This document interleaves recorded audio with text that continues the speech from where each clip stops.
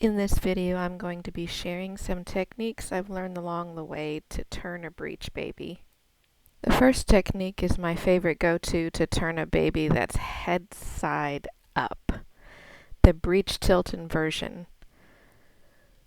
So all you need is a floor, and you just lift your pelvis up to the ceiling. You can use your hands to help hold the weight and hold this position long enough to feel that baby lift out of the pelvis. I do this at any point that I actually feel uncomfortable because it can be quite painful for a baby's head to be in your chest and their feet to be in your hip. You can use a higher plane for more lift. Here I'm using the couch. I've also been known to use my bed or the wall. But just keep in mind, the higher plane you go, the more you'll have to come down afterwards, which is a more careful process when you're later in your pregnancy. Next, we're going to take a look at the forward leaning inversion. This is one I have been doing a lot in my 7th pregnancy because this baby just loves sunny side up position, not a fun birthing position. You're just going to go on all fours and drop down to your elbows. Then you can drop down even further, eventually making it down to your chest. Your sit bones are going to be right up to that ceiling. This is not very fun on the chest, but you hang out here long enough and you'll feel that baby slide out of your pelvis, and hopefully that baby's back will start to move down towards your belly. Here is a more inclined position from the couch again. It's important to note that even just getting on all fours regularly and rocking back and forth helps. So I wouldn't hang out in these positions too long if you have issues with blood pressure, but I would still recommend doing them regularly and build up the stamina. You want to keep your breathing nice and steady. I find getting up from the forward leaning position a little bit more involved than the breech tilt inversion when you're on a higher plane, so I would recommend not getting too much higher than a couch. I would absolutely try both the breech tilt and the forward leaning for any kind of breech situation. Here I'm doing the forward leaning actually in a downward facing dog posture. So the goal is still to try to get the sit bones up to the ceiling.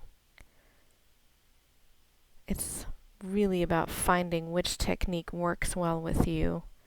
If it feels good, then usually that's a good indicator that you're working something. Okay, here I'm adding just what I like to do once I get up from these inversions. I do a series of hip rotations, and I am planning on releasing another video going into detail on how to do specific hip rotations.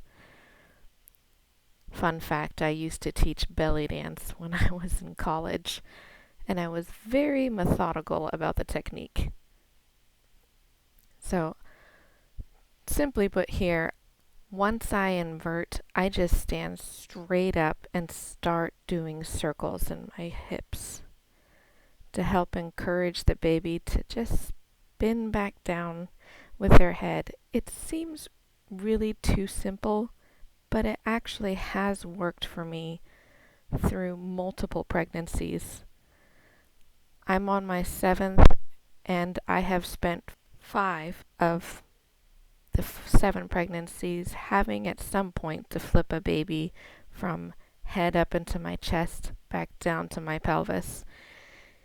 And this strategy works for me. It has flipped those babies within 15 minutes. I'm not going to guarantee that's going to work for everyone, but hey, it's worth a shot. Doing these movements earlier in your pregnancy, I would recommend like the end of your 2nd trimester, beginning of your 3rd trimester to really start becoming aware and proactive and just keeping these exercises up to help encourage that baby to stay in a good position. There have been pregnancies, like my current one, where I've been lazy and then you have to work extra hard, like in the 9th month, and it's not fun. And I get super stubborn and desperate to start turning that baby. So I'm going to share some of those desperate techniques if you've waited just like I have this time. So here I'm going to show you this self-rebozo sift. It's basically all fours and you just shake, gently shake your hips. Ideally the vibrations help your baby to turn their back to your belly versus their back to your back. As I do this, I go through the forward inversion positions.